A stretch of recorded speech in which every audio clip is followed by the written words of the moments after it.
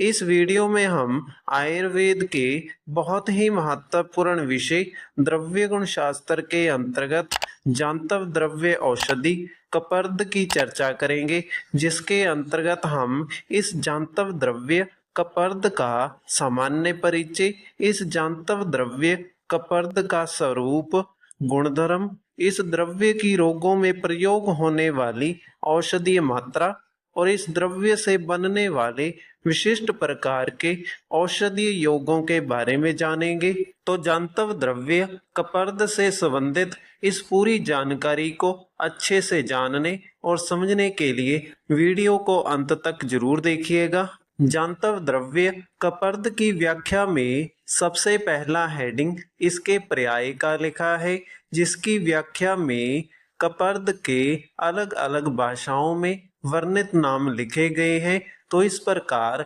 कपर्द को कोड्डी, कपर्द और वराटिका के नाम से लिखा गया है। इसके बाद अगला हेडिंग कपर्द के परिचय का लिखा है, जिसकी व्याख्या में लिखा है यह एक जातीय समुद्रीय या जलाशय कीट के अस्थि का बाह्य अवतरण है जो सर्व सुपरिचित द्रव्य है। यह वर्ण भेद से धूसर, श्वेत, पीत वर्ण का होता है जो क्रमश उत्तरोत्तर श्रेष्ठ होती है। तो इस व्याख्या के अनुसार कपर्द एक समुद्रीय जातीय या जल में पाए जाने वाले एक कीट की अस्थि का बाहरी कवच है। यह कपर्द रंग के अनुसार धूसर अर्थात भूरा, श्वेत अर्थात सफेद, पीत वर्ण अर्थात पीले रंग का होता है। इसके बाद अगला हेडिंग कपर्द के प्रभाव का लिखा है, जिसकी व्याख्या में लिखा है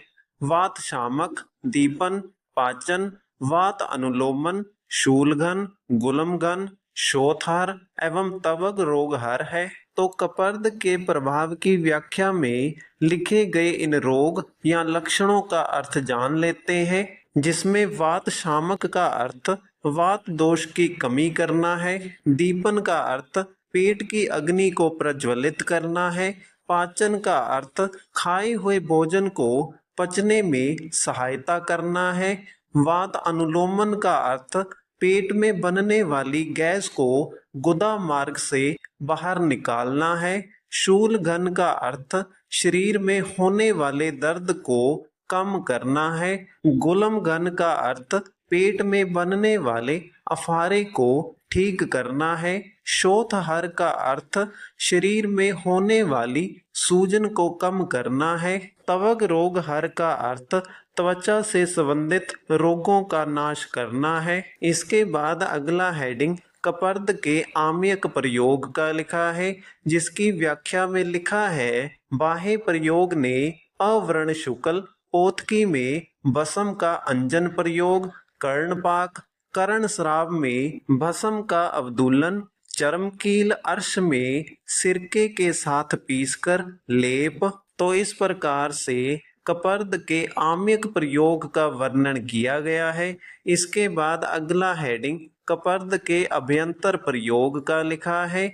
जिसकी व्याख्या में लिखा है अग्निमांद, सर्दी, अतिसार, ग्रहणी, परिणामशूल, गुलम, आंतरशय, गंडमाला, विस्फोट, कास, श्वास, बालशोष विकारों में उपयोगी होता है। तो कपर्द के अभ्यंतर प्रयोग में लिखे गए रोगों और लक्षणों को अब समझ लेते हैं, जिसमें अग्निमांद का अर्थ पाचक अग्नि का कमजोर होना है, सर्दी का अर्थ जुकाम होना है, अतिसार का अर्थ बार बार दस्त लगना है, गृहिणी रोग का अर्थ पेट की पाचक अग्नि के प्रमुख अंग ड्योडिनम में इन्फेक्शन होना है, परिणामशूल का अर्थ बहुत कम खाना खाने के बाद पेट में दर्द होना है, गुलम का अर्थ पेट में अफारा होना है, गंडमाला का अर्थ गले में घेंगा रोग होना है,